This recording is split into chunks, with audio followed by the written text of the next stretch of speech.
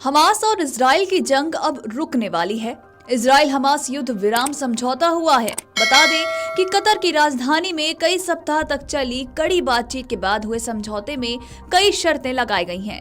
Hamas ने बंधक बनाए गए दर्जनों लोगों को चरणबद्ध तरीके से रिहा करने पर सहमति जताई है और इजराइल भी अपने कैद से सैकड़ों फलस्तीनी कैदियों को रिहा करने के लिए सहमत हो गया है। लेकिन इसके क्रेडिट लेने की लड़ाई अमेरिका में चल रही है। दरअसल नवनिर्वाचित राष्ट्रपति डोनाल्ड ट्रंप और निवर्तमान राष्ट्रपति जो बाइडेन युद्ध विराम का क्रेडिट लेने में लगे हुए हैं। अमेरिका के राष्ट्रपति जो बाइडेन से जब पूछा गया कि इसका क्रेडिट किसे जाएगा, आपको या ट्रंप को, तो इस पर उन्होंने बेहद तीखे तरीके से जवाब देते हुए कहा कि क्या ये मजाक है। व्हाइट हाउस ने कथित तौर पर डोनाल्ड ट्रंप के मध्य पूर्व दूत को उस बातचीत में शामिल किया जो महीनों तक चली।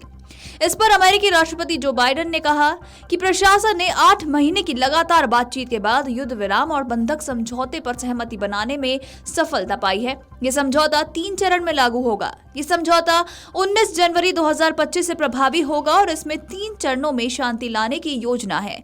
साथ ही मामले में कतर, मिस्र और अमेरिका ने ये सुनिश्चित करने का वचन दिया है कि सभी 3 चरणों का पालन किया जाएगा और ये समझौता पूरी तरह से लागू होगा। इन देशों ने संयुक्त राष्ट्र और अंतर्राष्ट्रीय भागीदारों के साथ मिलकर इस प्रक्रिया को सफल बनाने का भी वादा किया है।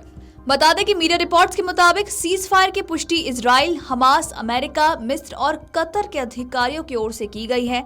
तो वहीं रविवार 19 जनवरी को इसके प्रभावी होने की भी उम्मीद जताई जा रही है। उस दिन इजराइल पहले बंधक को रिहा कर सकता है।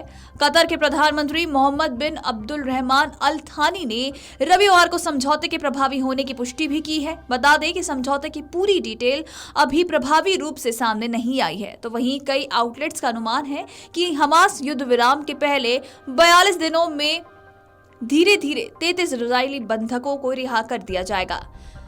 बताते चले कि कतर और हमास के अधिकारियों ने पुष्टि की है कि समझौता हो गया है, जबकि इजराइल ने अब तक कोई भी टिप्पणी नहीं की।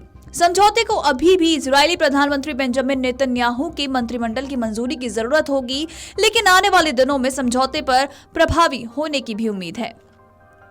इस समझौते के तहत युद्ध को पहले 6 सप्ताह के लिए रोकने की उम्मीद है, जिसके साथ ही युद्ध को पूरी तरह समाप्त करने पर बातचीत भी शुरू होगी। आपको बता दें कि साथ ही मामले में कतर, मिस्र और अमेरिका ने यह सुनिश्चित करने का वचन दिया है कि सभी 3 चरणों का पालन किया जाएगा और ये समझौता पूरी तरह से लागू होगा। इन देशों ने संयुक्त राष्ट्र और अन्य अंतर्राष्ट्रीय भागीदारों से मिलकर इस प्रक्रिया को सफल बनाने का भी वादा किया। बता दें कि इजराइल हमास के बीच हुए युद्ध विराम समझौते का भारत ने भी स्वागत किया है। दरअसल भारत के विदेश मंत्रालय ने समझौते के बाद गाजा में शांति और मानवीय सहायता बढ़ने की उम्मीद जताई है। भारत के विदेश मंत्रालय ने कहा है कि हम बंधकों की रिहाई और गाजा में युद्ध विराम के लिए समझौते की घोषणा का स्वागत करते हैं। हमें उम्मीद है कि इससे गाजा के लोगों को मानवीय सहायता की सुरक्षित और निरंतर आपूर्ति होगी। हमने लगातार सभी बंधकों की रिहाई, युद्ध विराम, बातचीत और कूटनीति के रास्ते पर लौटने का आह्वान किया है। आपको बता दें कि हमास ने 7 अक्टूबर 2023 को इजराइल पर हमला कर दिया था, जिसमें 1200 से भी ज्यादा लोग मारे गए थे और 250 अन्य को बंधक बना लिया गया था। इसके बाद इजराइल ने जवाबी हमले किए, जिसमें फलस्तीनी स्वास्थ्य अधिकारियों के अनुसार 46,000 से भी ज्यादा फलस्तीनी मारे गए। इसके अलावा गाजा की अनुमानित 90% आबादी विस्थापित हो गई और मानवीय संकट पैदा हो गया। नवंबर 2023 में हुए एक सप्ताह के संघर्ष विराम के दौरान गाजा से 100 से भी अधिक बंधकों को रिहा किया गया था। तो वहीं इजरायली सेना के हमलों में अब तक 45,000 से भी ज्यादा फलस्तीनी नागरिक मारे जा चुके हैं। गाजा के बड़े हिस्से मलबे में तब्दील हो चुके हैं और गाजा की 23 लाख की आबादी का करीब 90% हिस्सा विस्थापित हो चुका है। लोग तंबू में रह रहे हैं और लोग भुखमरी का भी सामना कर रहे हैं।